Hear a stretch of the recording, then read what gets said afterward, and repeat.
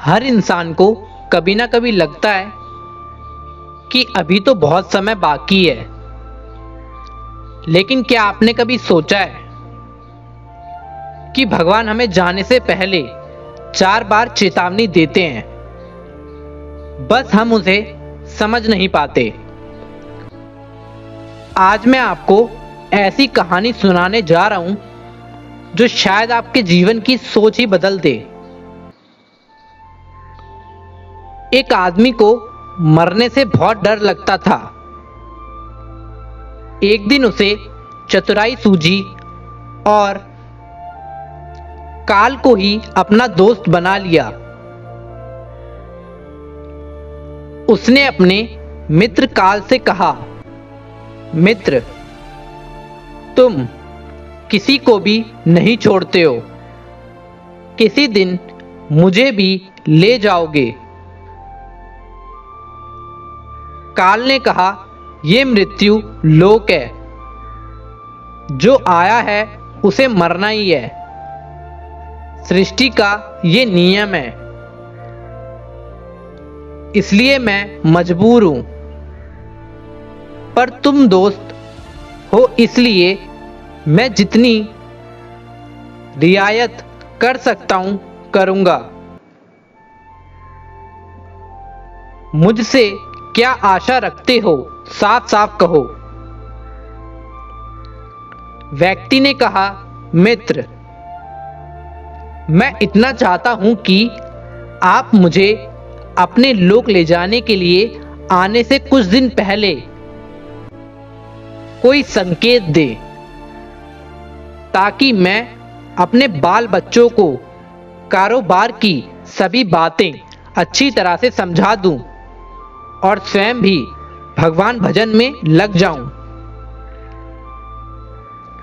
अच्छे काम करने लग जाऊं। काल ने प्रेम से कहा, यह कौन सी बड़ी बात है, मैं एक नहीं आपको 4 संकेत दूंगा, चिंता मत करो।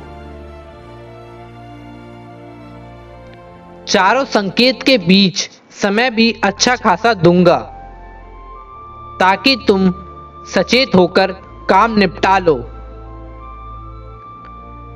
व्यक्ति बहुत खुश हुआ, सोचने लगा कि आज से मेरे मन से काल का भय भी निकल गया है।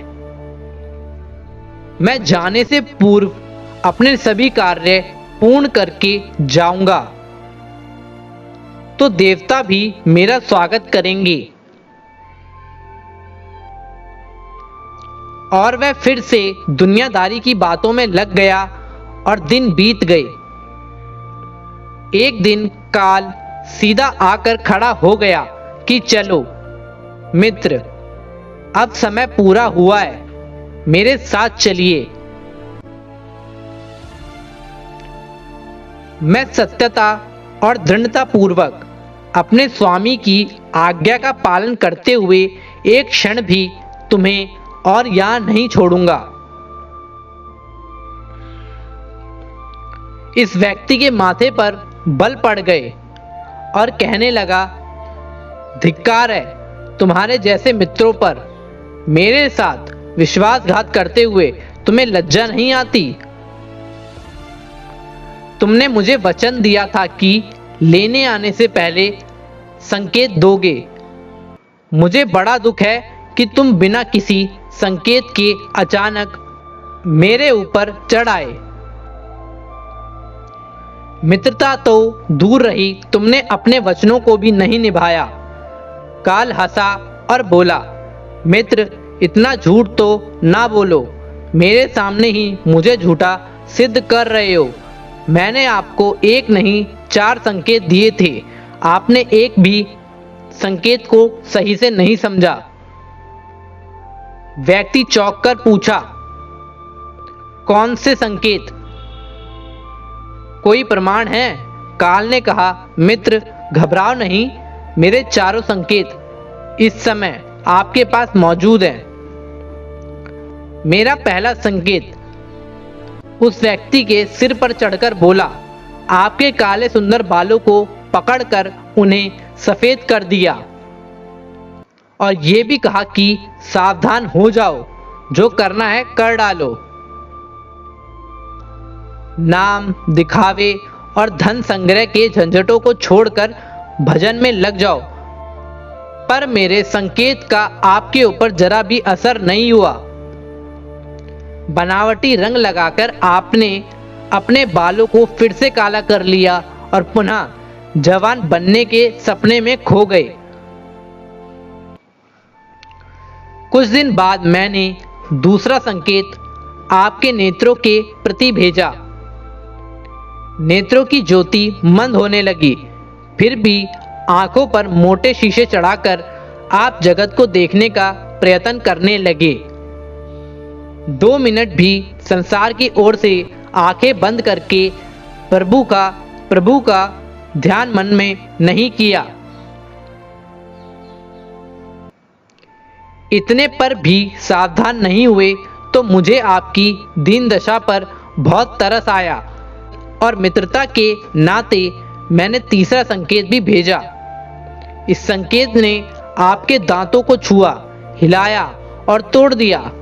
आपने इस संकेत का भी जवाब ना दिया, बल्कि नकली दांत लगवाए और जबरदस्ती संसार के भौतिक पदार्थों का स्वाद लेने लगे। मुझे बहुत दुख हुआ कि मैं सदा इसके भले की सोचता हूं और ये हर बात एक नए बनावटी रास्ता अपनाने को तैयार रहता है। अपने अंतिम संकेत के रूप में मैंने रोग, कलेश तथा पीड़ाओं को भेजा, परंतु आपने अहंकारवश सब अनसुना कर दिया। जब व्यक्ति ने काल के भेजे हुए संकेतों को समझा तो फूट फूट कर रोने लगा और अपने विपरीत कर्मों पर पश्चाताप करने लगा। उसने स्वीकार किया कि मैंने गफलत में शुभ चेतावनी के इन संकेतों को नहीं समझा। मैं सदा यही सोचता रहा कि कल से भगवान का भजन करूंगा, अपनी कमाई अच्छे शुभ कार्य में लगाऊंगा, पर वह कल कभी आया ही नहीं। काल ने कहा, आज से तुमने जो कुछ भी किया है राग रंग, स्वार्थ और भोगों के लिए किया है। जानबूझकर ईश्वरीय नियमों को तोड़कर जो काम करता है वह आश्रमय है। व्यक्ति को जो अपनी बातों से काम बनता नजर नहीं आया तो उसने काल को करोड़ों की संपत्ति का लोभ दिखाया। काल ने हंसकर कहा, मित्र, ये मेरे लिए धूल से अधिक कुछ भी नहीं है। संसारी लोगों को वश में कर सकता है, मुझे नहीं। व्यक्ति ने पूछा कि क्या कोई ऐसी वस्तु नहीं जो तुम्हें भी प्रिय हो, जिस तुम्हें लुभाया जा सके? ऐसा कैसे हो सकता है? काल ने उत्तर दिया, यदि तुम मुझे लुभाना ही चाहते थे तो सच्चाई और शुभ कर्मों का धन संग्रह करते। यह ऐसा धन है जिसके आगे मैं विवश हो सकता था, अपने निर्णय पर पुनः विचार को बाध्य हो सकता था, पर तुम्हारे पास तो ये धन धेले भर का भी नहीं है, तो काल कभी भी दस्तक दे सकता है। समय के साथ उम्र की निशानियों को देखकर तो कम से कम हमें इस सच को नहीं भूलना चाहिए कि एक ना एक दिन हमें भी ऊपर जाना है। इसलिए अच्छे काम करते रहने चाहिए और प्रभु की याद में रहने का अभ्यास करना चाहिए और सच्चाई और शुभ कर्मों का धन संग्रह करते रहना चाहिए।